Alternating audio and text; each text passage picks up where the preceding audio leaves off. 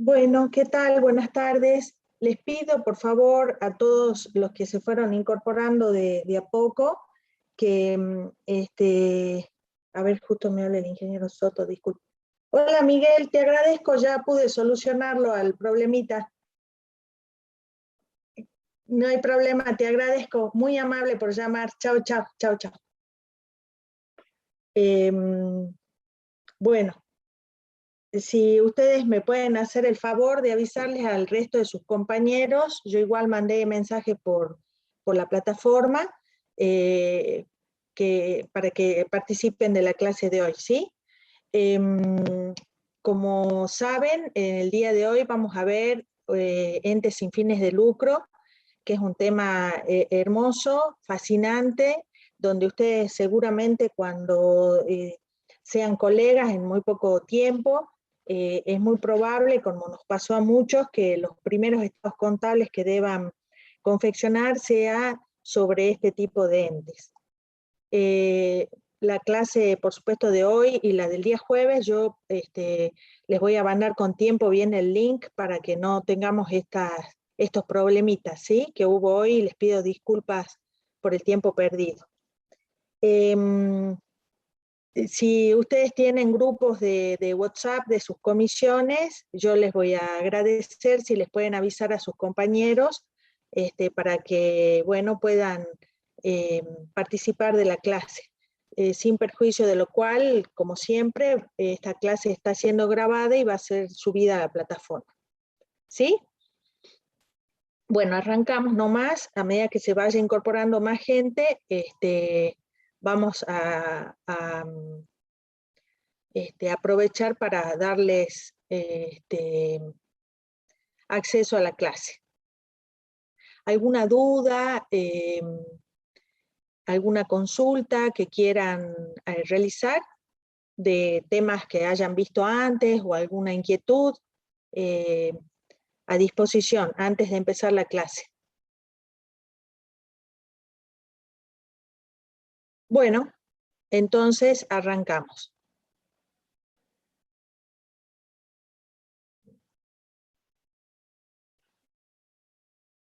Esperen que, como se sigue incorporando gente, bien.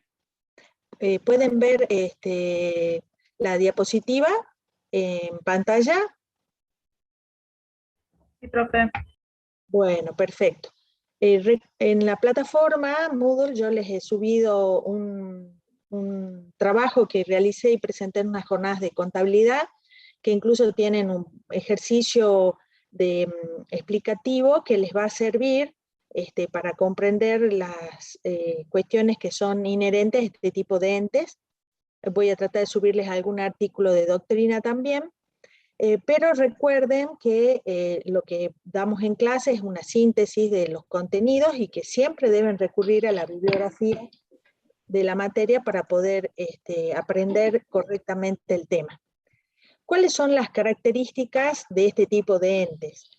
La característica esencial de este tipo de entes es que son entes que no persiguen el lucro para ser distribuido entre sus asociados, sino que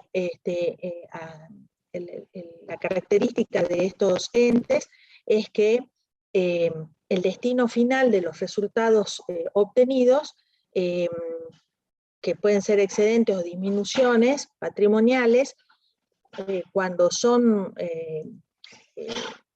excedentes o son superávits, estos no pueden ser repartidos o reembolsados a los asociados o a terceros.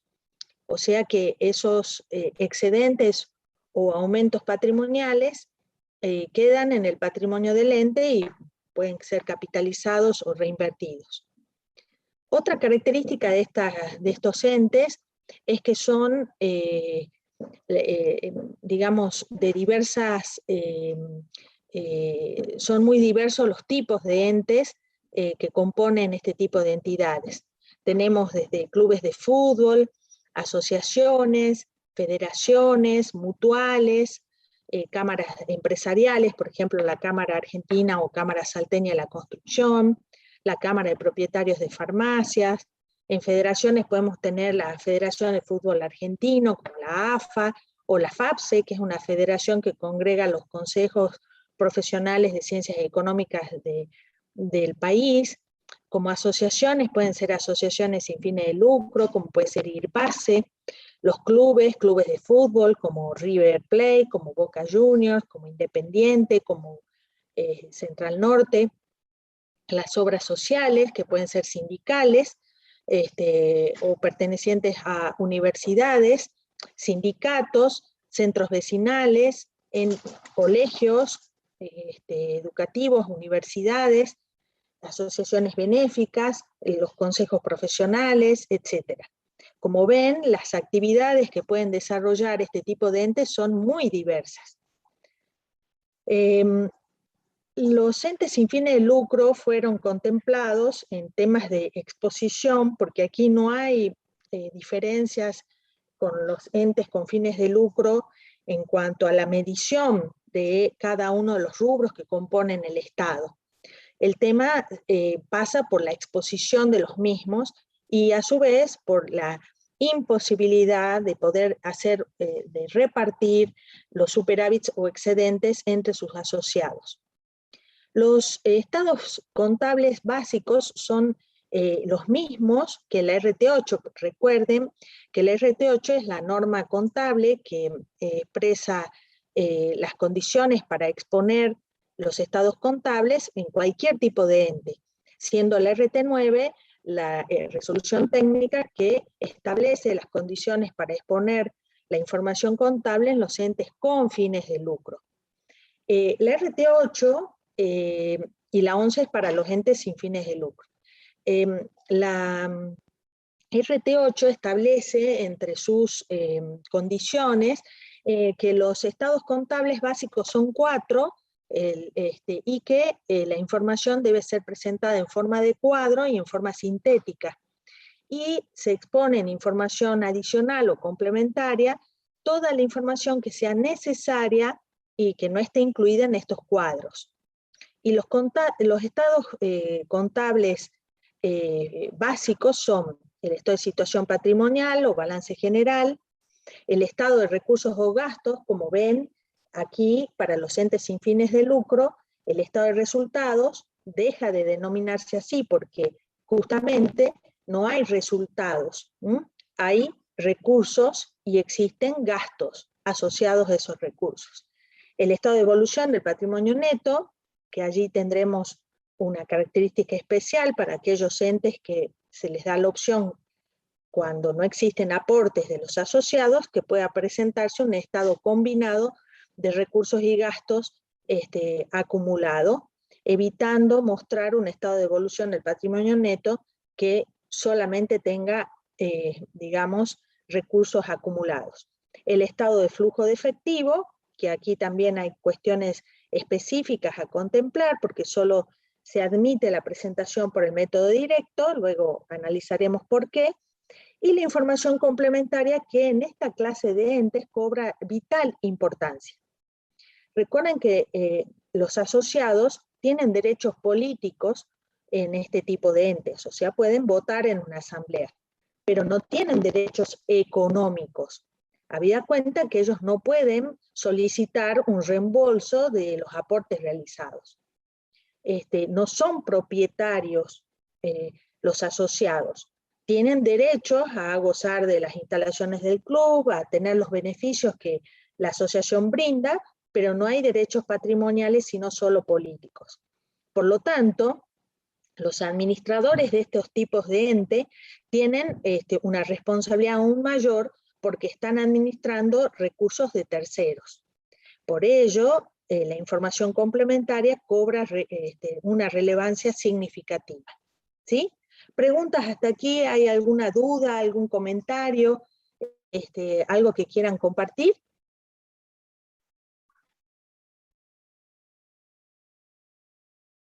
¿Todo bien hasta acá? ¿Me escuchan bien? ¿Algún problema? Dale, profesora, buenas tardes. Las Buenas obras tardes. sociales también forman parte de los entes sin fines de lucro, dijo. Claro, bueno, aquellas obras sociales que sean sindicales, por ejemplo, OSPECON, la obra social de empleados de farmacia, la obra social de empleados de comercio, esas obras sociales sindicales, como las obras sociales universitarias, por ejemplo, como la obra social de la UNSA, la obra social de la Universidad de Córdoba, OSUBA, que es de la Universidad de Buenos Aires.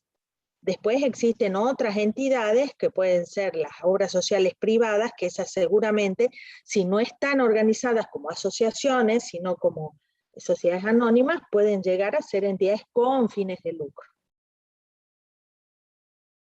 Le agradezco la pregunta que me permite aclarar esta situación, ¿sí? ¿Quedó claro? Sí, lo que pasa es que uno ve a veces cómo actúan algunas obras sociales. Yo tengo experiencia con la gente de Luz y Fuerza, la obra social, y bueno, ellos administran como si fuese, qué sé yo, una empresa que tiene que tener y defienden a rajatabla, digámoslo. Yo he tenido experiencia con ellos por a raíz de la, digamos, de la operación de la vista de mi madre. Y bueno, ellos no se querían hacer cargo, siendo que mi padre había aportado tantos años esa obra social y ahora que la necesitaba mi mamá en la vejez. Y bueno, por eso me llamaba la atención, digo, las obras sociales, gente sin fines de Justamente, lucro. bueno, el gran problema de la Argentina es la falta de controles y el poco respeto por las normas. Las entidades de este tipo, como los sindicatos y las obras sociales en general, deberían ser debidamente controladas porque manejan fondos, y también las obras sociales universitarias manejan fondos que no son propios, y cualquier entidad sin fines de lucro. Si no están debidamente controladas, a veces los dirigentes creen que son los propietarios y manejan como si fueran suyos los recursos de los afiliados. No es privativo de esa obra social seguramente, sino de muchas. Pero ese es otro tema. Nosotros como contadores, honestos, decentes, con una ética profesional que va a ser a prueba de fuego, porque no vamos a invertir tantos años para estudiar y luego vender nuestra alma al mejor postor. Entonces, nuestra responsabilidad como contadores y auditores de este tipo de entes es casualmente velar para que estos fondos sean debidamente registrados, que los fondos no tengan un destino que no sea el que debe ser, y si no, bueno, denunciar los casos que consideremos que, aunque nos cueste el trabajo, ¿no? Denunciar los hechos que consideremos que no son correctos o que impliquen un robo con guante blanco. Yo he estado en esa situación, así que puedo dar fe de ello. Por eso es muy importante que uno conozca las normas, las cuestiones que hacen a la exposición de la información contable, que seamos respetuosos y de hecho en notas los estados contables podremos manifestar cualquier información que sea relevante para que los asociados puedan tener conocimiento acerca de el manejo de su institución, ¿no? Así que bueno, la información complementaria cobra aquí una importancia más que significativa. La Argentina sería distinta si los controles fueran efectivamente realizados, ¿no? Bueno, vamos a los rubros que enuncia la RT11 modificada por la 25. Debo decir que, y lo vamos a analizar a lo largo de estas dos clases, que los entes sin fin de lucro también han sido un poco, digamos, olvidados por las normas, por la profesión contable, porque la RT11, digamos, de exposición para este tipo de entes, surgió bastantes años después que la RT8 y 9, y estuvo vigente. Después, en el año 2000, salió el marco conceptual con modificaciones importantes para cuestiones de exposición, que modificaba la 9, y la 11 seguía con la denominación de estado de origen y aplicación de fondos, por ejemplo, que era como se denominaba antes al estado de flujo efectivo. Después de muchos años, la RT25 hizo modificaciones, adecuaciones para que la RT11 vaya de la mano de la RT, del marco conceptual de RT17 y 18, y aún así hay algunos errores y olvidos en la norma que hasta el día de hoy siguen sin estar resueltos. Ahora hay un proyecto de norma unificada de contabilidad que se va a nuclear todas las normas en un solo cuerpo normativo, así que ahí veremos cómo se resuelve esta circunstancia. Por lo pronto vamos analizando que la RT11 en muchos de los rubros repite los conceptos contenidos en la RT9. Por ejemplo, la denominación de caja y banco es idéntica: dinero en efectivo en caja y banco del país, del exterior, y otros valores de poder cancelatorio y liquidez similar.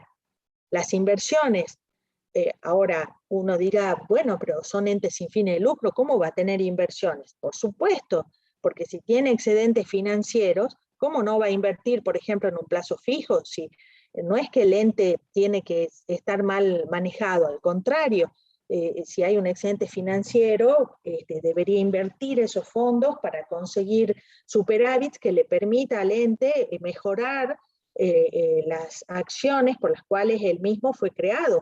¿Está? Entonces, ¿qué dice la RT11? La misma definición de la 9, que son aquellas inversiones realizadas para obtener una renta u otro beneficio, incluyendo títulos, valores, depósitos a plazos fijos, entidades financieras, etc. Los rubros diferenciados. En los rubros diferenciados, que tienen otra denominación, son los créditos. Ya vamos a ver. Recordemos que en la RT9 tenemos los créditos por venta y los otros créditos. Se diferencia simplemente aquellos créditos que provienen de la actividad principal del ente, del otro rubro en donde va todo incluido. Podemos tener desde las cuentas particulares de los socios, los saldos a favor de impuestos, los préstamos realizados a los empleados, etc. Aquí define a los créditos como derechos que el ente posee contra terceros y asociados, ahí añade la palabra asociados, para recibir sumas de dinero u otros bienes y servicios. Y ahí aclara, siempre que no correspondan a otros rubros del activo. Porque, por ejemplo, si es un anticipo por la adquisición de bienes de uso, ese anticipo se va a exponer dentro de los bienes de uso. ¿Está? Entonces, derechos que el ente posee contra terceros y asociados para percibir sumas de dinero, bienes o servicios, incluyendo compromisos de subsidios por parte de autoridades nacionales, provinciales y municipales. Como ven, la definición de crédito es bastante diferente a la definición dada por la RT9. ¿Está?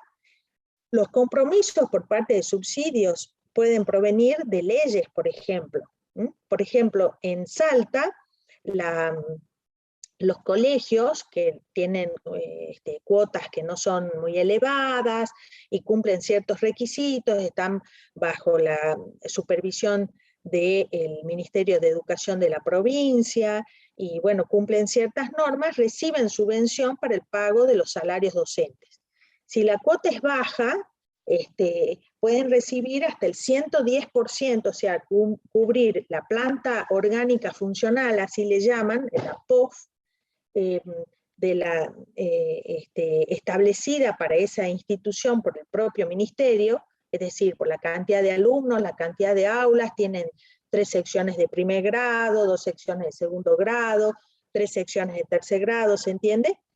Una maestra de música o 2 maestros de educación física, otro de inglés, etcétera, etcétera. Esa es la planta orgánica funcional. Entonces el Estado otorga a ese colegio un subsidio para aportes estatales, le llama la ley, para hacer frente a los salarios docentes. Por ejemplo, en toda la provincia de Salta hay solo 4 instituciones que le llaman de cuota cero. O sea, es tan magra la cuota que le cobran a sus alumnos que sirve para pagar a los empleados administrativos, a los ordenanzas, a los representantes legales que tenga la institución, para el mantenimiento del edificio, etcétera, etcétera. Esa cuota que cobra el colegio es para los salarios que no sean salarios docentes. Entonces, por ley provincial, y esto ocurre en todo el país, la institución puede tener derecho al cobro de subsidios. Entonces, esos subsidios los irá devengando y en la medida que se vayan cobrando, ese devengamiento se va cancelando. El derecho al cobro. Por lo tanto, dentro del rubro pueden existir estos compromisos de subsidio. ¿Está claro?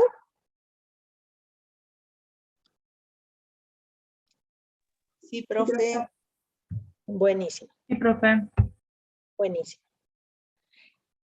Los créditos, me dice la norma, el RT11, deben discriminarse. ¿Cómo se deben discriminar? Primero, en tres rubros, en tres diferentes rubros. En las cuentas a cobrar a asociados, también entes afiliados, por ejemplo, la FAPSE le podría cobrar a los consejos profesionales, ¿sí?, que son entes y no son personas que están asociadas, por servicios prestados por sus respectivos compromisos. Por ejemplo, lo que es habitual, las cuotas sociales, las financiaciones de aranceles especiales, los derechos de ingresos. Por ejemplo, se reúnen los asociados y deciden hacer una donación o hacer un aporte especial. Bueno, son cuentas a cobrar a los asociados. Luego tenemos las cuentas a cobrar de los que no son asociados, sino terceros. O sea, se desvincula, se separa lo que es la actividad principal del ente de las que no poseen ese origen. Por ejemplo, puede ser publicidad a cobrar, aquí tendríamos los subsidios o las donaciones que estén comprometidas. Por ejemplo, yo soy contadora de una escuela que su forma jurídica es fundación. Entonces, recibe el aporte estatal para el pago de los salarios, ¿sí?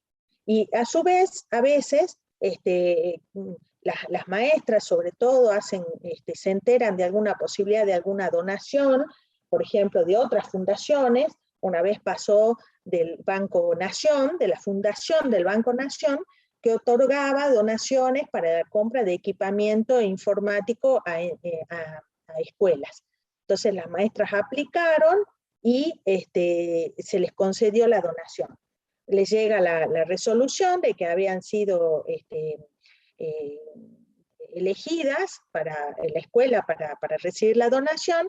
Con ello compraron, creo que dos computadoras y una fotocopiadora que fue muy útil para la institución. Pero cuando sale la resolución, se devenga el derecho al cobro y al mes siguiente, a los pocos días, pero ya había transcurrido, había cerrado el mes, recibieron el dinero. ¿Está? Entonces, en este caso sería una cuenta a cobrar a terceros. Después, por ejemplo, el tema de la publicidad a cobrar. Ustedes dirán, ¿cómo una institución va a tener publicidad a cobrar? Y sí, porque, por ejemplo, vieron el Club Gimnasia y Tiro que está en pleno centro, entre Entre Ríos y Virrey Toledo, ¿sí? Hoy llamada Avenida del Bicentenario. ¿Se ubican? Sí, profe. Claro, y vieron ahí que ponen justo en el cartel, cuando era gobernador Urtubey, siempre salía Urtubey, estaba ahí con su sonrisa de Gardel, ¿no? Siempre haciendo propaganda política. Bueno, ¿qué hace la institución? Le paga a la municipalidad el derecho al uso de la publicidad en un espacio público, eso supongo que debe pagar el club, pero a su vez el gobierno o cualquier empresa que quiera publicitar allí, le paga al Club Gimnasia y Tiro por esa publicidad, porque ese cartel está dentro del predio del club. Entonces se hace un contrato y por lo tanto esa cuenta a cobrar a terceros puede deberse a esta clase de publicidad. ¿Se entiende, no? Y luego tenemos el derecho a recibir servicios, que por ahí contratan y se paga por adelantado el servicio de vigilancia o de seguridad, alarmas, ¿sí? Para la institución. Entonces, los créditos en los entes sin fines de lucro es un rubro diferenciado, porque debemos considerar, en primer lugar, las cuentas a cobrar a los asociados, en segundo lugar, las cuentas a cobrar a terceros, y en tercer lugar, los derechos a recibir servicios.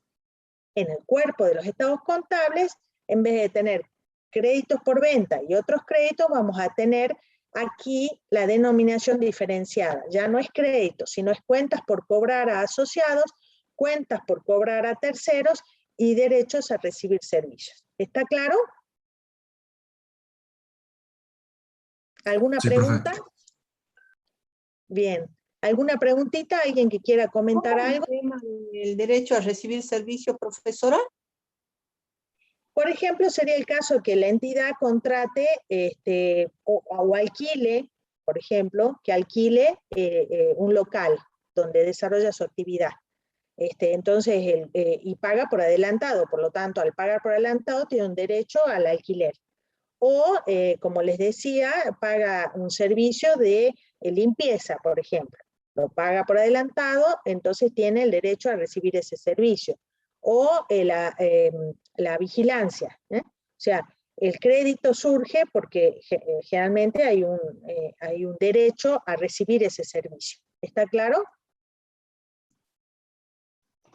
¿Quedó claro? Sí, es pago por adelantado, entonces.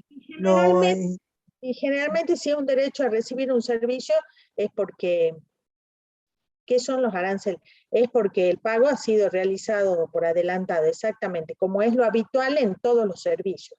Los servicios, como la luz, o por ejemplo, internet, eso uno paga adelantado el servicio, no es devengado, fíjense.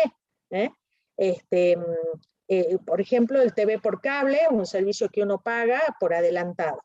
La luz no, porque generalmente depende, ¿no? Por ejemplo, en Córdoba, no en Salta, creo, pero en Córdoba te cobran adelantado de acuerdo a la medición que dio tu medidor en el mes anterior.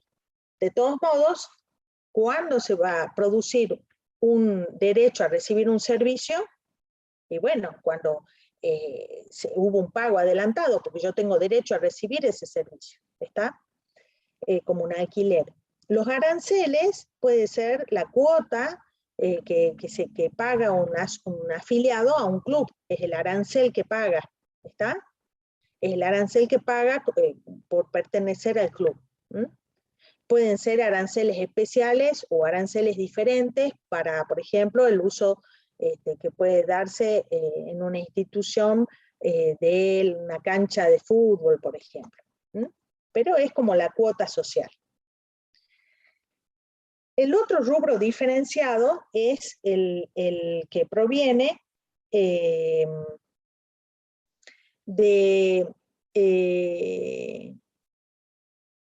aquellos bienes que están destinados a ser consumidos en la actividad que desarrolla el ente para cumplir el fin para el cual fue creado, o para ser vendidos también en ese proceso. Pero el ente no se dedica a vender bienes, sino que puede tener bienes que los pueda llegar a comercializar. Por ejemplo, en un club de fútbol, si la camiseta de Messi en el PSG, ¿sí? En el Paris Saint-Germain, hoy ha hecho 2 goles Messi, ¿sabían?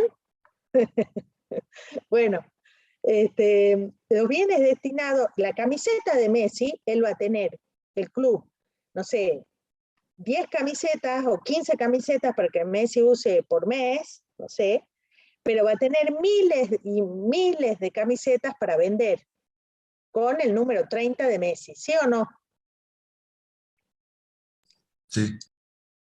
Es más, dicen que en los primeros meses, los 2 primeros meses que estuvo Messi en el Paris Saint-Germain, lo que el Paris Saint-Germain vendió y recaudó por las camisetas que vendió con el número de Messi, fueron millones de euros, que eran como más o menos el contrato que él iba a cobrar en un año.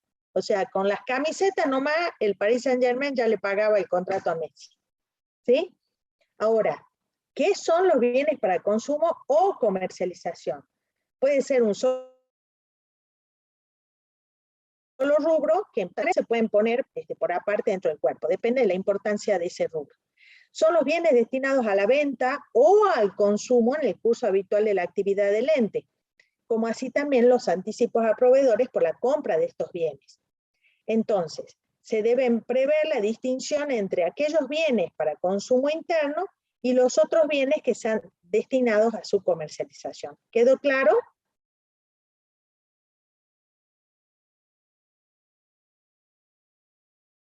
Sí, profe. Bien. A ver, ¿se les ocurre algún otro ejemplo de bienes para consumo o comercialización en una, por ejemplo, en una entidad educativa?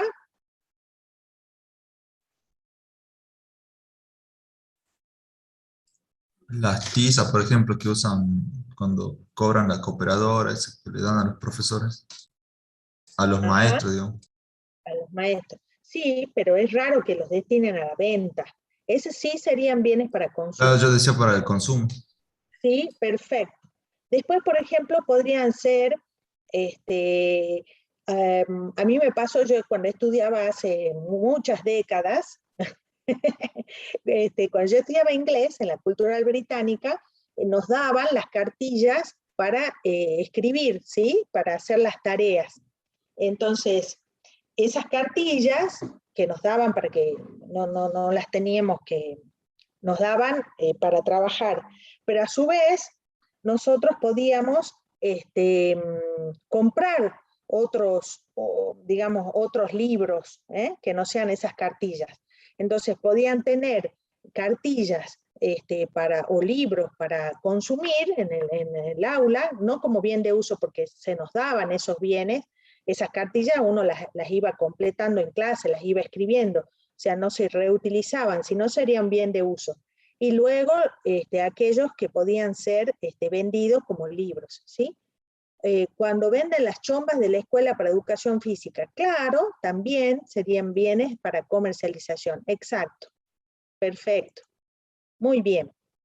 Entonces, recuerden, en el activo tenemos 2 rubros diferenciados.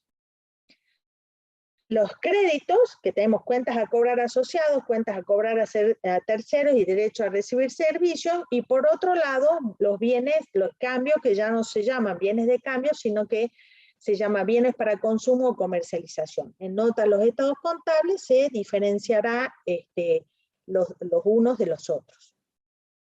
En los bienes de uso no existen diferencias. Con respecto al RT9, la definición es idéntica. Son aquellos bienes tangibles destinados a ser utilizados en la actividad del ente y no a la venta habitual, incluyendo aquellos que están en construcción, tránsito, montaje y los anticipos a proveedores por compra de dichos bienes. Los bienes que son distintos a propiedades de inversión afectados a locación o arrendamiento se incluyen en inversiones, excepto en el caso de entes cuya actividad principal sea la mencionada. Las propiedades de inversión, también la definición es idéntica, son aquellos bienes inmuebles, terrenos y construcciones destinados a obtener renta, locación o arrendamiento o acrecentamiento de su valor, con independencia si esa actividad constituye o no algunas de las actividades principales del ente. Aquí podría haber habido una descripción diferenciadora, porque no, en el caso de un ente sin fines de lucro no va a tener como actividad principal la locación de inmuebles, ¿no les parece? Esa es más bien, o sea, a ver, un ente puede tener una propiedad de inversión, por ejemplo, un club de fútbol, que compre un terreno porque espera que se acreciente el valor, ¿sí? O el día de mañana, con ese acrecentamiento, comprar otro inmueble donde trasladar la sede social. pero no que se dedique, porque ven esta última parte que dice, constituya o no alguna de las actividades principales del ente, eso para los entes comerciales, ¿están de acuerdo o no?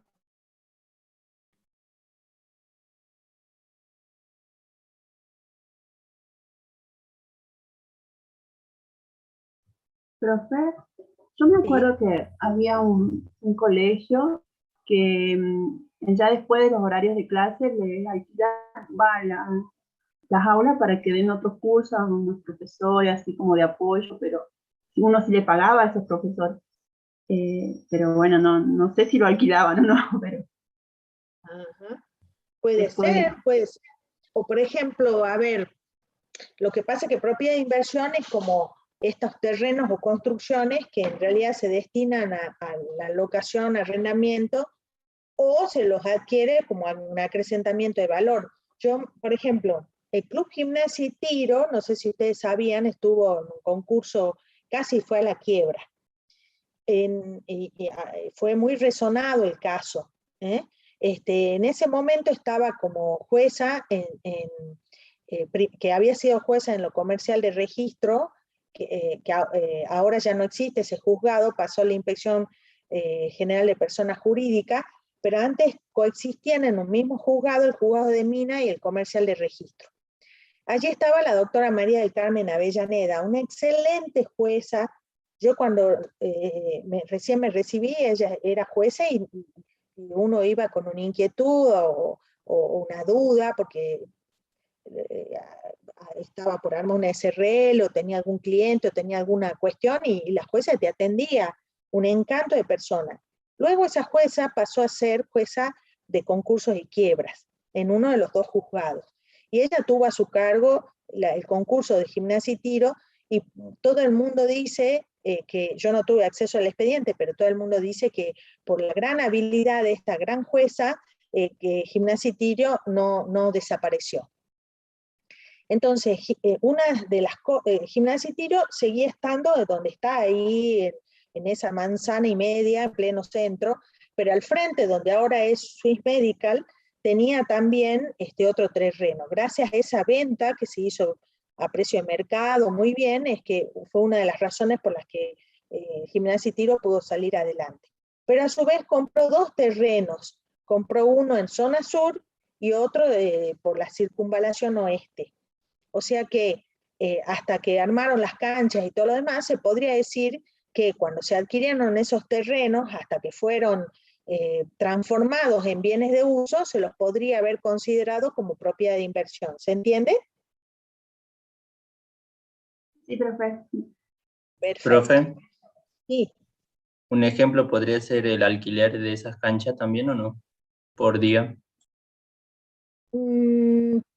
Salvo que, a ver, si solo lo destina al alquiler, sí. Ahora, si lo usa para que los asociados del club la usen, no, sería un bien de uso. Es como si, por ejemplo, en vez de vender el predio que está al frente de Gimnasia y Tiro, OSDE le pagara un alquiler a Gimnasia y Tiro y que ese edificio fuera de Gimnasia y Tiro. Ahí sí sería propiedad de inversión, si lo destinara completamente al alquiler. Pero si alquila las canchas para los asociados o para terceros, ya no, es un bien de uso, porque hace la actividad principal del ente. ¿Se entiende? Sí, profe, gracias.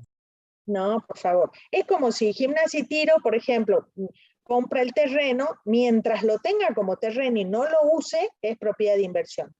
Después, cuando lo empieza a usar, aunque le alquile a otro club, o, ¿me entienden? O si solo lo destina al alquiler para terceros, sería propiedad de inversión. Pero si es para uso de sus asociados, aunque los asociados paguen, digamos, o terceros paguen para poder utilizarlo, ahí, cuando ya es usado en la actividad principal, ya es bien de uso. ¿Mm? Recuerden, o sea, lo que yo les critico a la definición es la última parte que en la R11 no debería existir. Esta que dice con independencia si esa actividad constituye o no alguna de las actividades principales. Imposible que una entidad sin fines de lucro, una de sus actividades principales sea la locación de inmuebles, ¿no es cierto? sería imposible, digamos. Esa última parte la deberían haber eliminado del RT11. Por eso digo que la gente sin fin de lucro es para las normas, es como el último eslabón, digamos, ¿no? Copio y pego la definición, pero no se analiza en profundidad. Sigamos. Otro rubro que adquiere mucha importancia, y aquí a los que nos gusta el fútbol, no importa si son varones o mujeres, yo me incluyo entre a los que nos encanta el fútbol, los intangibles cobran real trascendencia porque en la propia norma da como ejemplo de intangible el derecho de pase de los jugadores profesionales. Veamos qué dice la norma. Los activos intangibles son aquellos representativos de franquicias, de privilegios u otros similares que son bienes tangibles, que no son bienes tangibles, no son derechos contra terceros y que expresan un valor cuya existencia depende de la posibilidad futura de producir ingresos. Hasta ahí todo lo que está en amarillito, ¿sí? Es la misma definición que está en el RT9. ¿Sí? No es una definición feliz. Recuerden cuando vimos Conta 2, que vieron intangibles conmigo también, no es una definición feliz. ¿Por qué? Porque no da una definición, es como que define por exclusión, no son los tangibles, no son créditos, por supuesto tienen que participar de la condición de cualquier activo, de tener la capacidad de generar ingresos futuros, y da ejemplos. Se incluyen algunos conceptos que exceden el limitado concepto que da la RT9 modificada por la 17, agregando los derechos de pase a jugadores y las inscripciones y afiliaciones. Entonces, los intangibles, si bien tienen la misma denominación, al incluir las inscripciones y afiliaciones como los derechos de pases como tales, les da una característica específica al rubro. ¿Está? Entonces, cuando se les pregunta en un examen, bueno, ¿cuáles son los rubros diferenciadores? No olviden a los intangibles, que se denominan igual, pero que en su definición incluyen estas dos cuestiones a tener presente y que son típicas para este tipo de entes. ¿Quedó claro?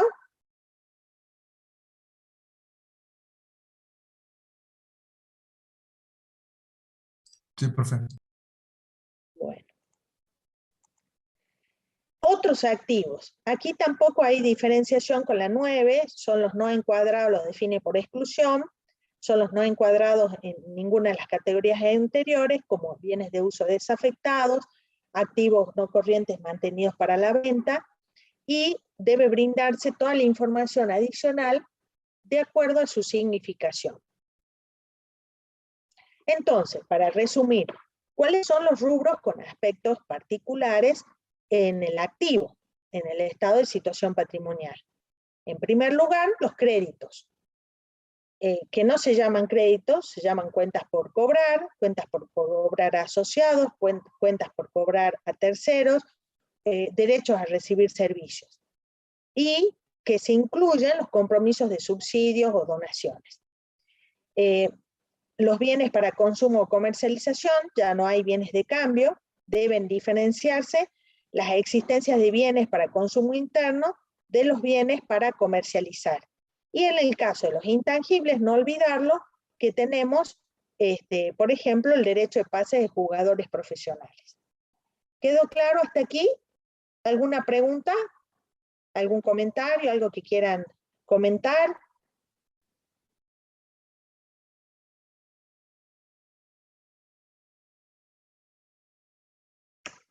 ¿Seguimos?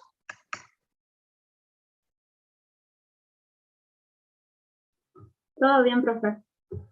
Buenísimo. En el pasivo. Aquí también separamos, como el RT9, las deudas ciertas de las deudas contingentes. En primer lugar, tenemos las deudas, que son obligaciones ciertas, determinadas o determinables. Y luego tenemos las deudas contingentes, que en el pasivo se llaman previsiones, que son aquellos importes estimados para hacer frente a situaciones contingentes que probablemente originen obligaciones para el ente, y o sea, son contingencias negativas que van a implicar un aumento del pasivo. Es un pasivo contingente. El típico caso, la previsión para juicio, ¿sí? Las estimaciones deben incluir el monto probable, por supuesto, de la obligación contingente y la posibilidad de su concreción en nota a los estados contables. Recordemos que las contingencias que deben registrarse y reconocerse contablemente son las negativas para nuestras normas, las altamente probables, las que son negativas, o sea, van a impactar el patrimonio y por supuesto, que deben ser razonablemente medibles, ¿sí? O medidas. Entonces, hasta acá no tenemos diferencia, pero existe un fondo, una cuenta, que se llama fondos con destino específico. Fondos con destino específico. Es un rubro especial para los entes sin fines de lucro. Para los entes sin fines de lucro, perdón. ¿Sí? La definición que da la norma, la RT25 la mejoró considerablemente. Dice así: se incluyen los fondos que se reciben con ciertos destinos específicos. Hasta ahí hago un parate. Hasta ahí, ¿qué opinan ustedes? ¿Cómo deberían registrar hasta allí la definición? ¿Qué quiere decir? Que son los fondos que se reciban con ciertos destinos específicos. Si yo ya recibí fondos, cuando hice el asiento, ¿qué asiento hice? ¿Qué puse en el debe?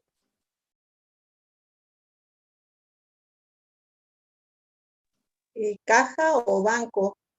Perfecto, caja o banco. Y en el pasivo va a existir esta cuenta de pasivo que se va a llamar fondo con destino específico. ¿Por qué? Porque son fondos que el ente recibe y que tienen un destino específico. O sea, no es para cualquier cosa. Tienen un destino ya predeterminado. Este ítem, seguimos leyendo, está compuesto, a ver, tengo un mensajito, caja o banco. Muy bien.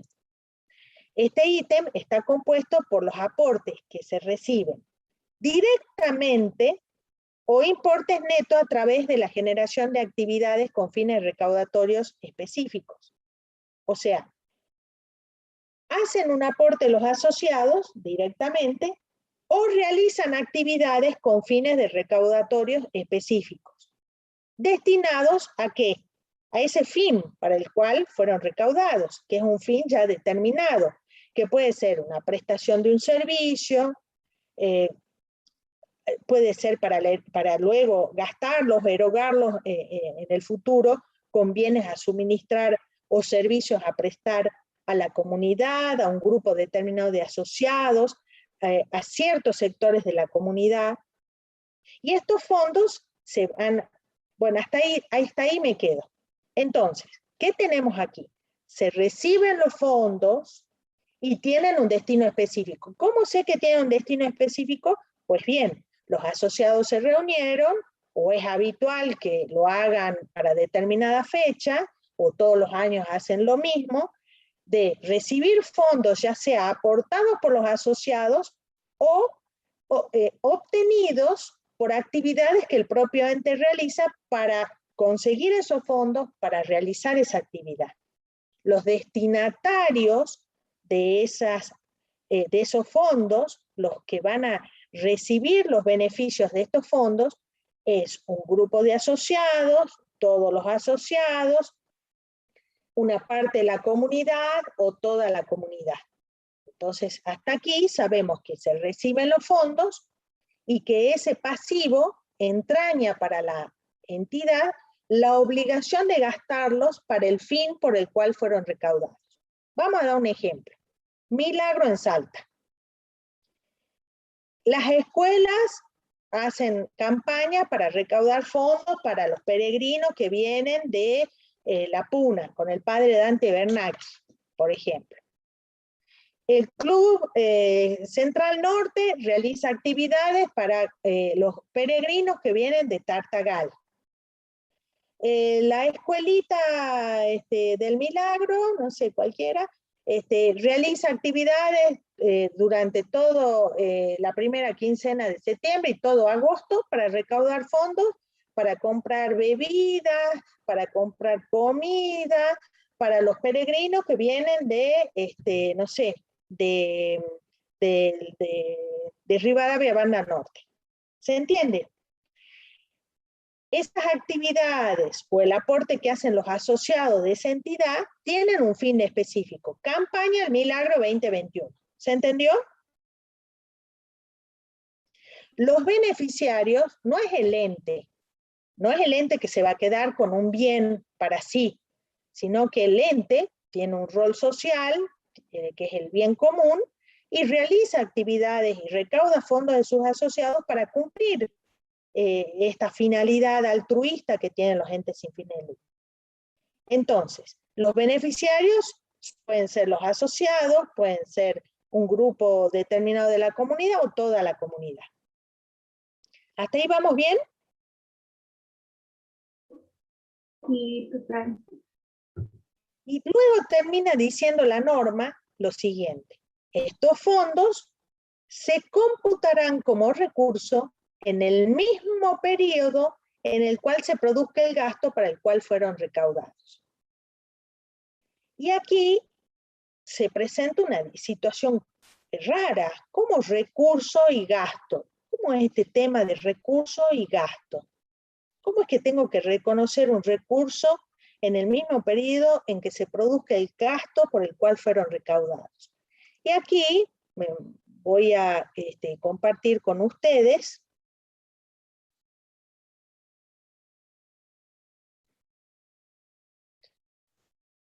en Excel cómo sería la secuencia de los asientos.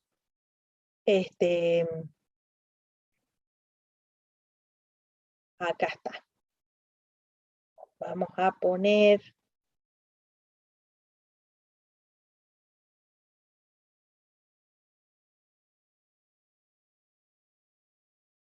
ocultar, denme un momentito.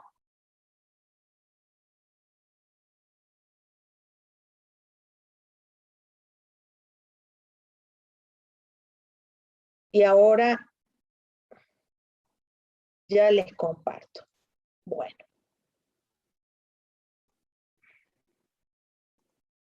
Vamos a los asientos, ¿les parece?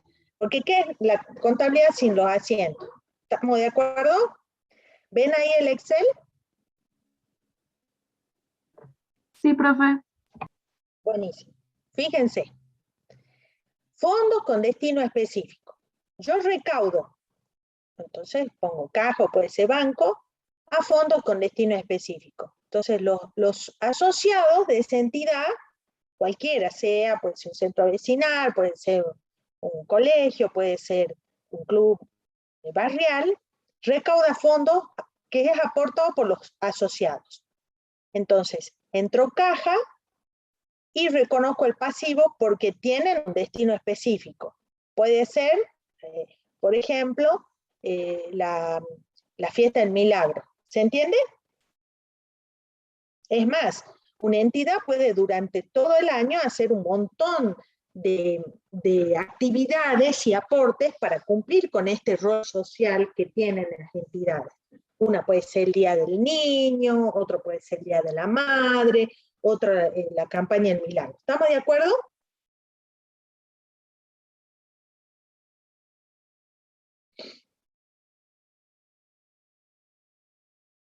¿Están ahí o se fueron todos y me quedé Sí, sola profe. hablando? Ah, bueno, me han hecho asustar. Bien, y acá el segundo asiento, fíjense, no es aporte de los asociados, es un subsidio municipal. Fueron los asociados, presentaron una nota y le dijeron, bueno, mire, señor intendente, ayúdenos porque queremos hacer una campaña para el milagro. Y el municipio saca una resolución a través de su consejo deliberante y da el subsidio. ¿Está claro? ¿Hasta ahí? Sigamos ahora.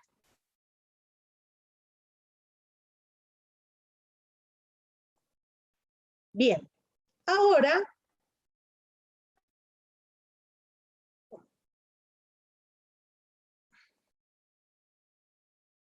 bien, la tercera opción. Bueno, les dejo todo ya habilitado. La tercera opción.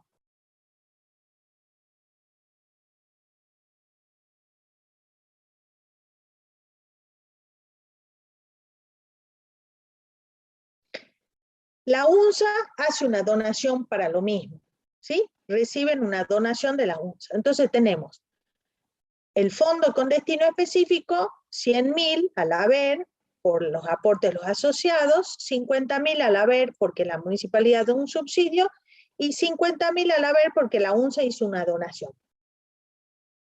Ahora, ¿qué hay que hacer con los 200.000 pesos? ¿Gastarlos o no? Pero no es que lo vamos a gastar y vamos a poner fondo con destino específico a caja. No, no, no, no. ¿Qué decía la norma? Estos fondos se considerarán como un recurso en el mismo periodo en que se produjo el gasto por el cual fueron recaudados. ¿Sí o no? Entonces, primero reconozco el recurso, porque en definitiva, la campaña del milagro, le vamos a poner ese nombre al recurso, que es la campaña, es un recurso que la entidad obtuvo.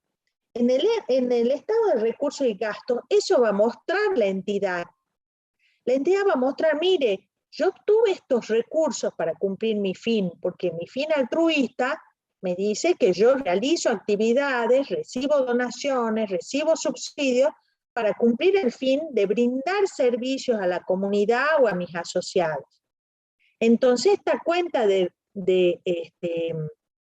gasto, cuando yo realizo el gasto, tiene su correlato en una cuenta de resultado o de resultado positivo, ¿sí?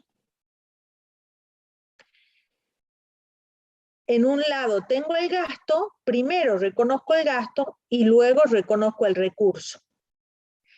Cuando reconozco el recurso, doy de baja el fondo. Ah, ya cumplí mi obligación. ¿Cuál fue mi obligación? Realizar el gasto. El gasto por el cual los fondos fueron creados.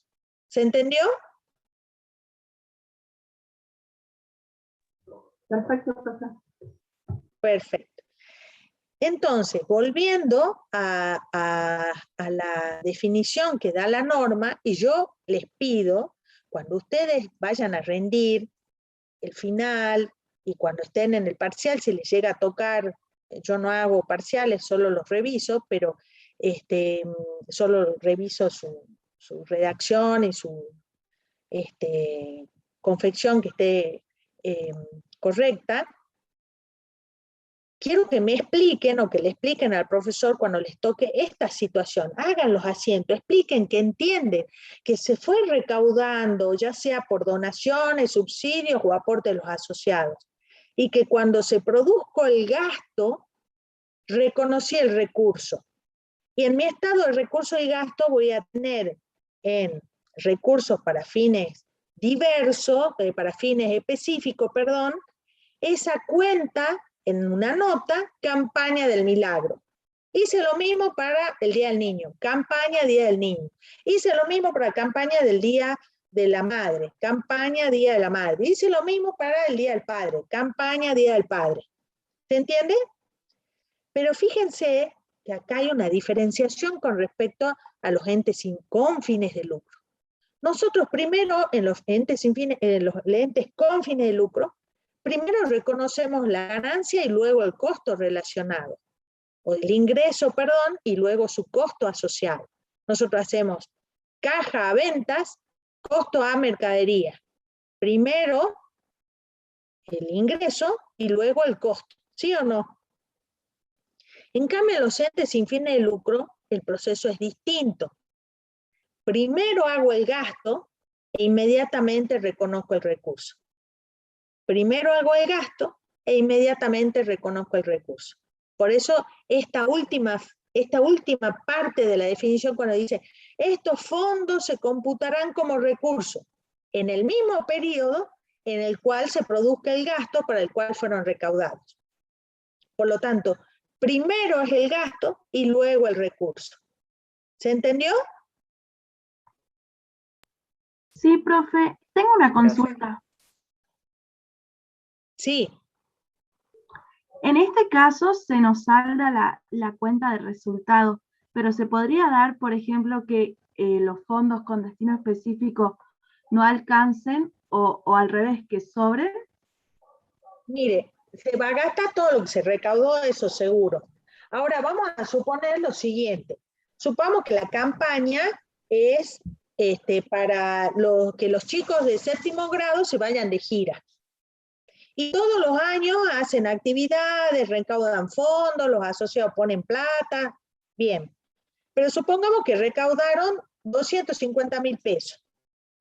Y cuando van a contratar el viaje, solo gastan 200. Entonces le queda al fondo 50.000 pesos. ¿Sí? Ese destino, esos 50.000 pesos, los asociados se juntarán y dirán, ¿qué hacemos con los 50.000? Pueden darle otro destino diferente o pueden guardarlo para la gira de estudios del próximo año. ¿Se entendió? Entonces, pero la cuenta de recurso y de gasto van a ser siempre las mismas. O sea, yo voy a hacer el gasto de 200.000 y voy a reconocer el recurso por 200.000. Y me va a quedar la cuenta fondo con destino específico con saldo de 50.000, que por ahí los asociados deciden guardarlo para la gira del próximo año. O cambiarle el destino y que sean destinados para, no sé, Navidad, qué sé yo. ¿Se entiende? Ahí los asociados se juntarán y decidirán qué hacer con el excedente de fondo. ¿Se entendió? Sí, profe, muchas gracias. No tiene por qué. Muy buena su pregunta, le agradezco. Bien, entonces nos quedó súper remil claro lo que son los fondos con destino específico. Son esos fondos que se reciben, que tienen un destino específico, eso lo puede decidir la propia una asamblea, o si es uso y costumbre, no necesariamente se tienen que siempre juntar. Por ahí es habitual que el ente haga este tipo de campañas o muchas campañas durante el año, hacia su función social. Lo importante acá es que el origen es diverso. Pueden ser aportes, pueden ser subvenciones, subsidios, perdón, o pueden ser donaciones. Y lo que me dice la norma es que el destinatario no es el ente que se beneficia, sino se benefician los terceros, que son los asociados, un grupo determinado de la comunidad o la comunidad en general. ¿Sí? Y a su vez, el último punto, la última frase de la norma es muy importante, porque me dice, ojo, no es solo un intercambio patrimonial de activo y pasivo, no. Yo debo reconocer el gasto cuando se realiza y a su vez reconocer en el mismo periodo como recurso dichos fondos, porque estamos poniendo el fin social por el cual el ente fue creado. En el estado de recursos y gastos voy a tener todos esos recursos recaudados con un fin específico. Y por abajo los gastos, ya vamos a ver el estado de recursos y gastos, vamos a tener los gastos asociados a dicha actividad. ¿Quedó claro?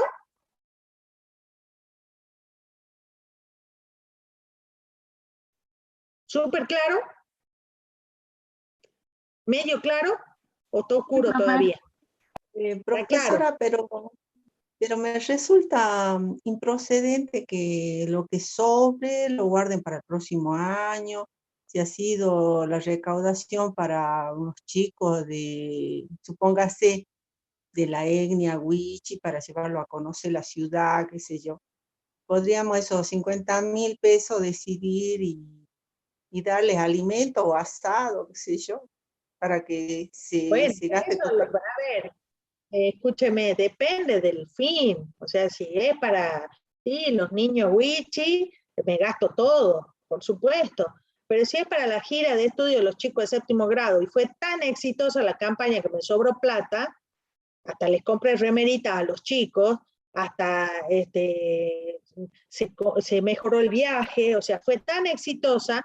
Es más, los mismos chicos pueden decir, no, esto que nos sobró, ¿sí? Hagamos otra campaña para, qué sé yo, ir a Tartagal a darle alimento a los chicos, pero ya va a cambiar el fondo, el destino, va a ser para otro destino específico. O sea, contablemente existe la posibilidad de que quede saldo, porque la campaña fue muy exitosa y sobraron fondos. Ahora, ¿qué se hace con ese excedente? Ya decidirán los mismos asociados. Destinarlo a otra campaña, destinarlo para el otro año. No hace, digamos, acá no estamos juzgando lo que hace el ente, nosotros registramos la realidad. Y la realidad es que podría quedar un remanente. ¿Quedó claro? No estamos haciendo un juicio de valor de lo que hace el ente sin fines de lucro, digamos. ¿Se entendió, no? ¿Se entendió o no? Sí, perfecto. Buenísimo. Bueno, entonces, en el estado de situación patrimonial para las cuentas de pasivo, también el PowerPoint, ¿no? Como cuenta especial está esta cuenta de fondos con destino específico. Se computan como pasivos hasta que se realice el gasto por el cual fueron recaudados. ¿Está? O sea, cuando realizo el gasto, ya dejo de ser pasivo. Pero a su vez debo reconocer el recurso en el mismo periodo en que el gasto fue realizado. No olvidarse eso. Entonces, los fondos recibidos con destino específico. Si su empleo va a generar un aumento patrimonial, ya no es pasivo. ¿Está? Ahora, si su empleo no generará un aumento patrimonial, si existe un interés específico en su aplicación por parte del ente, es un pasivo. Si no, va a ser un recurso.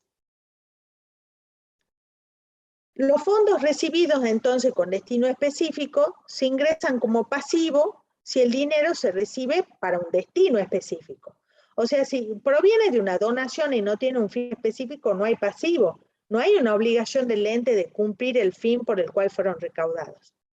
Entonces acá lo importante en los fondos con destino específico es que no importa el origen, el aporte puede provenir el origen del aporte de los asociados, de actividades realizadas por los asociados, ya sea en forma particular o en conjunta con otros asociados, pueden provenir de terceros, pueden ser donaciones, pueden ser subsidios.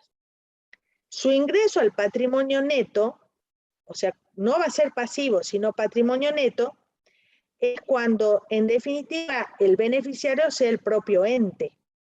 Solo los asociados aporten e implica un incremento patrimonial. Sería cuenta patrimonial del patrimonio neto cuando los asociados aportan para el incremento patrimonial, por ejemplo, la construcción de una obra edilicia. Entonces, vendría a ser, digamos, el similar a los entes con fines de lucro, el aporte irrevocable. Nada más que el aporte irrevocable es a cuenta de futura suscripción de acciones. En el caso de los entes sin fines de lucro, los aportes para fondos con destino específico es para un incremento patrimonial que luego se convertirá en capital. Entonces tenemos dos fondos recibidos con fines específicos. El primero, que es pasivo, que tiene un destino específico, eso es lo que tienen en común los dos, pero el beneficiario no es el ente, sino los asociados, una parte de los asociados, una parte de la comunidad o toda la comunidad. Y el origen es amplio, pueden ser aportes de los asociados, pueden ser subsidios o donaciones. En cambio, en la cuenta patrimonial del patrimonio neto, los fondos recibidos con destino específico son solo aportados por los asociados y el destinatario es el ente. El destinatario es el ente que verá incrementado su aporte, digamos, su patrimonio neto. ¿Está claro la diferenciación?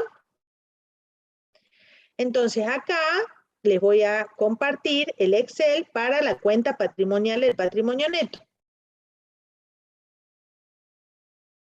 Acá está. ¿Están ahí todavía, no? Profe, Sí, ¿me puedo hacer otra consulta? sí, ¿cómo no? En los ejemplos que vimos, siempre se utilizó caja en el debe. ¿Siempre Sí. es así o también podría ser, por ejemplo, bienes? No. Usted dice, o sea, puede ser caja o banco. Usted dice, si por ejemplo reciben una donación de alimentos. Lo llevo un ejemplo que me pasó el otro día. Yo formo parte de una organización y realizamos un ¿Sí? evento y, por ejemplo, nos dieron para el evento cervezas y gaseosas. Eso serían bienes para consumo. ¿Podría ser así? ¿Se lo podría utilizar también? Sí, sí, Entonces bienes para sería, consumo. Lo que pasa es que acá sí, sí podría, digamos, no, lo que pasa es que acá, a ver, déjeme que piense. Está muy buena su pregunta. claro, o Supongamos sea, que yo yo la escucho. pensaba que, por ejemplo, en el debe se podría poner bienes para consumo y a fondos, o sea, y en el haber, fondos con destino específico. Y bueno, y después se utilizaban esos bienes para el consumo. Pero me surgió la duda porque cuando usted puso decía que tenían que ser, que era generalmente efectivo o cajibanco, entonces no sabía si se utilizaba, si en ese caso se utiliza fondos con destino específico. Lo importante, más allá de la cuenta, porque por lo general se recibe esos bienes y en el mismo, a los pocos días se consumen, ¿verdad? Claro. Entonces yo, ¿cómo yo lo registraría? Vamos a suponer, vamos a copiar, ¿no es cierto? Acá vamos a hacer lo siguiente. Supongamos que, ahí está.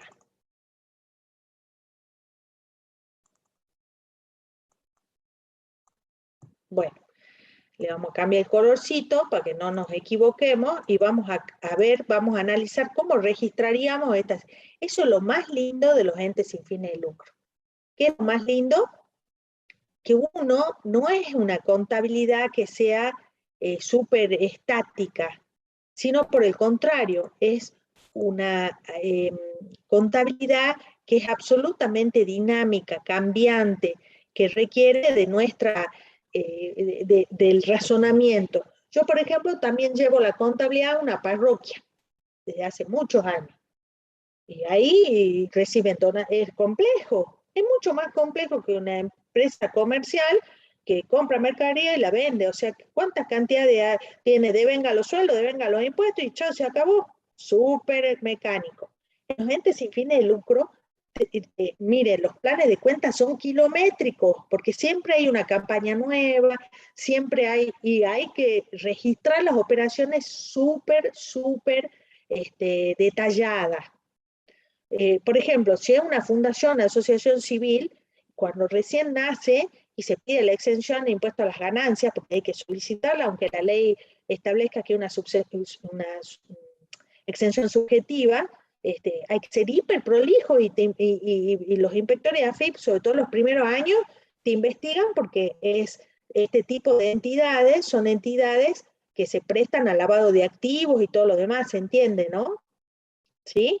Entonces, volviendo al caso, yo aquí no pondría fondos, digamos, no pondría caja porque sería bienes para consumo, ¿verdad? ¿Están viendo el Excel, no es cierto? Sí, profe. ¿Sí o no? Bien.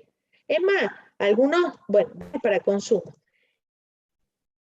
Voy a crear la cuenta de pasivo, ¿por qué no? Voy a crear la cuenta de pasivo. Porque en definitiva, es más, puedo recibir los bienes para consumo en 2 oportunidades y puedo recibir algo de plata porque alguien me ha donado. Ahora, lo que es importante es esta parte. A ver, vamos a cambiar el colorcito celeste, está muy chillón, vamos a poner uno más suave.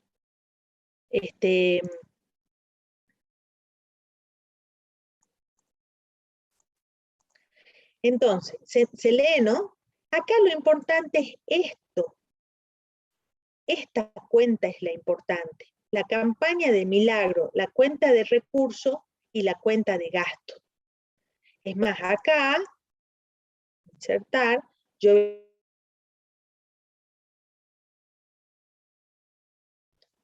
y voy a poner a bienes para consumo.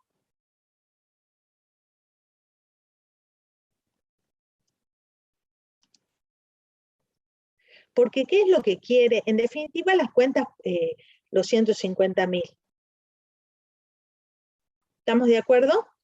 Acá lo que importa es que yo luego, en mi estado de recursos y gastos, voy a mostrar el gasto campaña Milagro 2021 y voy a mostrar a su vez el recurso específico que se va a llamar también campaña Milagro 2021.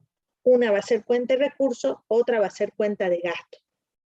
Si fuera lo único que hizo el ente, durante todo el ejercicio no recibió, supongamos que un centro vecinal, que no recibe aporte de los asociados, nada.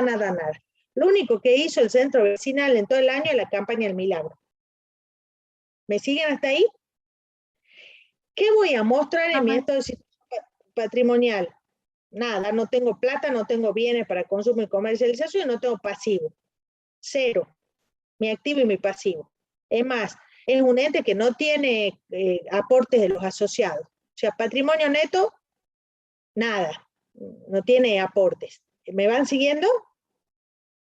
Pero en mi estado de recursos y gastos, ¿qué voy a mostrar? Ah, mire, yo obtuve recursos específicos por 200.000 pesos.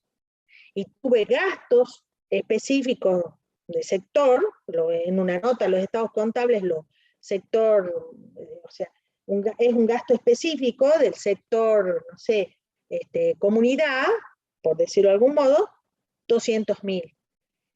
Mi estado de recursos y de gasto va a dar 0, pero yo voy a mostrar que durante el año realicé una actividad con fines recaudatorios específicos, ya sea en caja y banco o en bienes, y que eso se gastó. Cumplió el rol social para el cual el ente fue creado, que es brindar servicio a la comunidad. Está muy buena su pregunta, porque yo sí registraría los bienes recibidos para esa campaña. Recuerden que es para beneficiar a los asociados, a un grupo de asociados, a un grupo de la comunidad o a la comunidad toda. ¿Estamos de acuerdo, no? El beneficiario no es el ente. ¿Quedó claro? Sí, profe. Buenísimo. Ahora vamos a esto que les comentaba, la cuenta patrimonial del patrimonio neto. La cuenta patrimonial, que se llama aportes con destino específico, nace sí por un aporte de los asociados. Y el destino es un incremento patrimonial, dice la norma, por ejemplo, para obras edilicias. Los asociados, aquí no es que hago campaña, que me donan, que el subsidio, no. Para que sea cuenta patrimonial, el patrimonio neto, aquí sí son aportes de los asociados para un destino que es un incremento patrimonial. ¿Quién es el beneficiario? El ente. Entonces, fíjense, reciben los fondos, están copiando los asientos, ¿no? ¿Están escribiendo los asientos o no? Nada de andar sacando fotitos, ¿no? Sí, profe, estamos copiando. Claro, tienen que escribir así, cuanto más sentidos utilicen, mejor aprenden. Entonces, fíjense, reciben los fondos, cuenta patrimonial, el patrimonio neto, aportes con destino específico. Realiza la mejora del inmueble, o sea, realiza la inversión por el cual el aporte fue realizado. Y por último, este aporte es capitalizado, porque la norma me dice eso. Una vez realizado o utilizado el aporte para el fin por el cual fue recaudado, debe capitalizarse. ¿Quedó claro?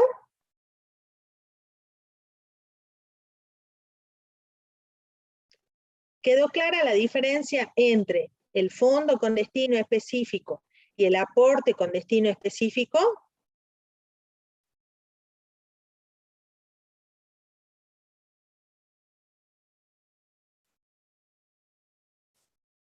¿Quedó claro o no?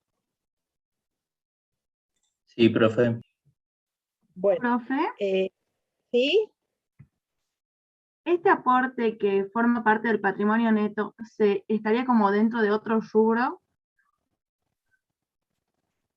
Claro, este es otro rubro dentro del patrimonio neto. va en el estado de evolución el patrimonio neto. Va capital, ajuste de capital, aporte con destino específico. Gracias, profe. Así se llama. El aporte irrevocable en los entes con fines de lucro, en los entes sin fines de lucro, ese rubro se llama aporte con destino específico.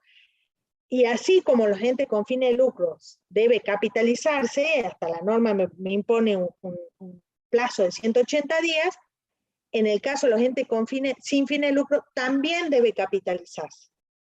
En este último caso, el beneficiario es el ente. En el primer caso de la cuenta de pasivo, el beneficiario no es el ente, son sus asociados, una parte de la comunidad o toda la comunidad. Y el origen también los diferencia, porque en el caso del pasivo, el origen puede ser aporte de los asociados o de terceros no asociados, puede provenir de subsidios, donaciones, no importa el origen, importa el destino, que no es el ente, sino la comunidad o sus asociados. ¿Sí? ¿Quedó claro entonces?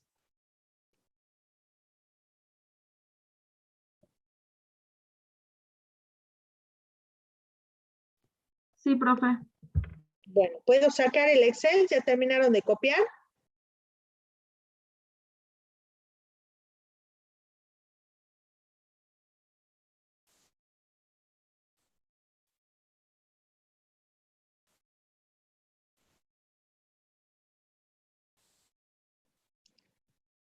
¿Sí? ¿Ya está? Sí, profe, ya está. Buenísimo. Profe, ¿cómo sería Sí. acá entonces? Tengo caja, aporte con destino específico por 1 millón, por el aporte de los asociados. Lo destino a la mejora del inmueble, ahí contabilizo el gasto. Y después contabilizo recursos. No es gasto, es un activo. Mejor inmueble a caja. Ahí es cuando realizo el pago, digamos. No es gasto. Bueno. Incremento de activo.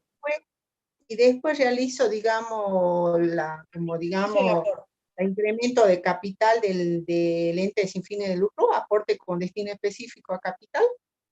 Así es, acá está el asiento, ¿lo ves? Sí. Bueno. Exactamente, esa es la secuencia. La secuencia del fondo, si tomamos, por ejemplo, una sola, será caja fondo, y luego la cuenta de recursos, campaña milagro a caja, cuando se realiza, la cuenta de gasto, cuando realizo el gasto, y luego la cuenta de resultado o recurso específico, cuando cancelo ese pasivo por el cual fue recaudado. Yo quiero que lo entiendan. Tienen que entender ustedes de qué se trata esto, digamos, ¿sí? Es muy importante que entiendan la secuencia de los asientos, ¿eh? Y que lo trascendente de los entes sin fines de lucro no es digamos, el superávit o déficit final, sino cómo recaudó el dinero y cómo gastó el dinero.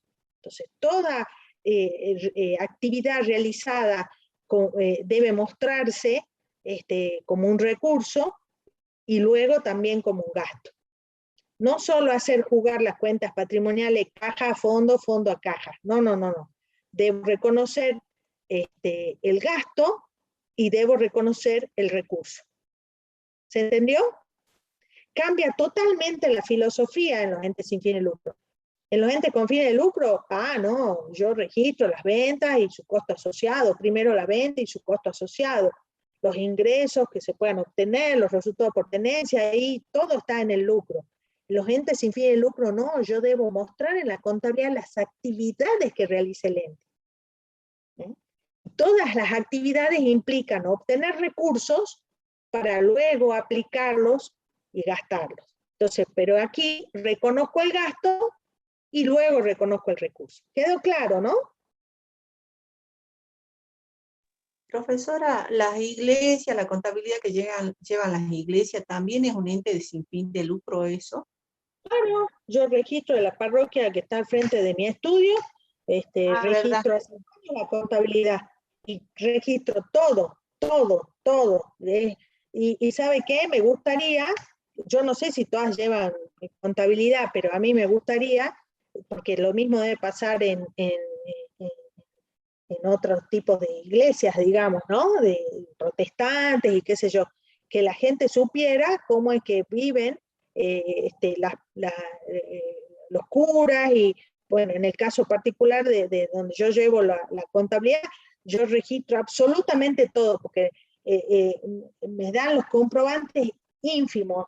Hacen, cuando van a ver la recaudación de lo que recaudan en la misa, hay como 3 personas que controlan. Mire, si en el Estado o en cualquier entidad se llevara los controles que se llevan en esa parroquia, ¿sabe qué, no?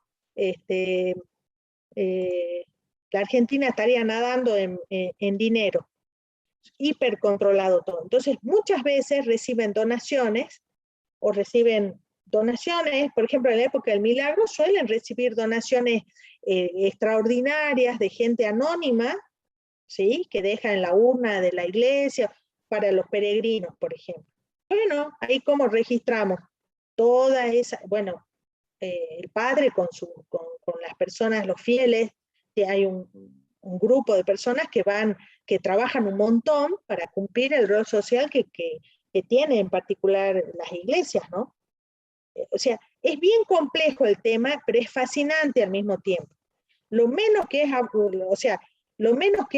contabilidad de una entidad sin fines de lucro es aburrida. Es súper dinámica, podríamos decir. Y bueno, acá en Argentina, acá me preguntan qué pasa con los grandes clubes de fútbol. Se supone que son asociaciones civiles sin fines de lucro. Ahora, yo la verdad no sé, porque siempre está el tema de las barras bravas, de la política, que se mete en los clubes, ¿no? Es complejo el tema. Bueno, quedó claro entonces la cuenta de pasivo y la cuenta patrimonial del patrimonio neto, ¿verdad?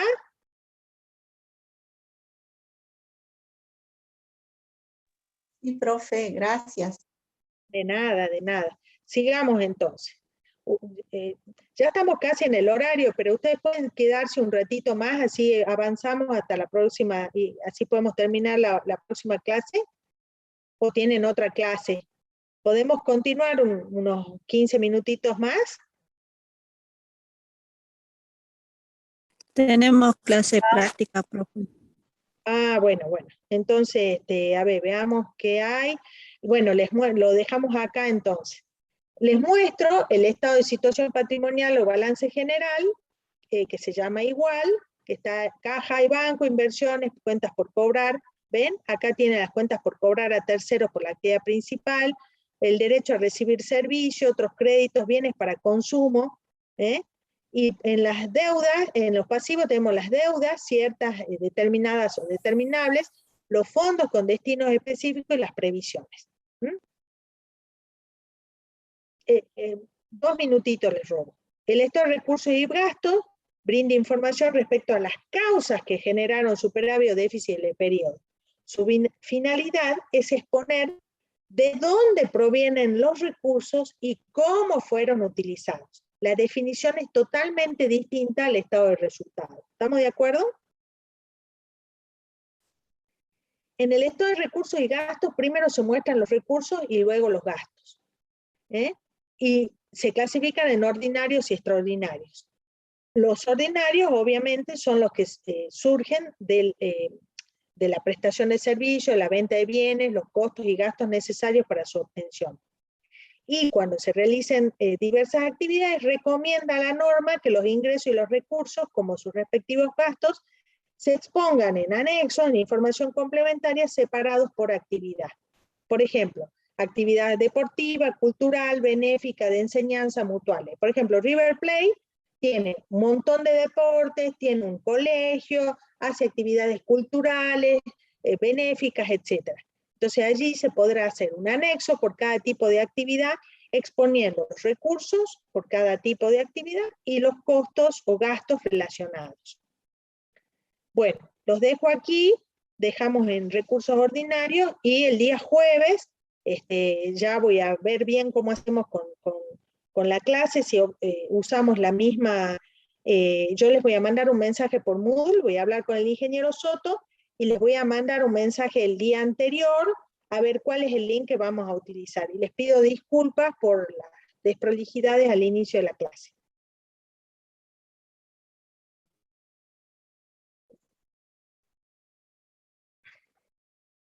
Hasta el jueves, si Dios quiere, que estén muy bien. Ya, profe. Hasta luego, que estén bien. Gracias, profe. Hasta el jueves.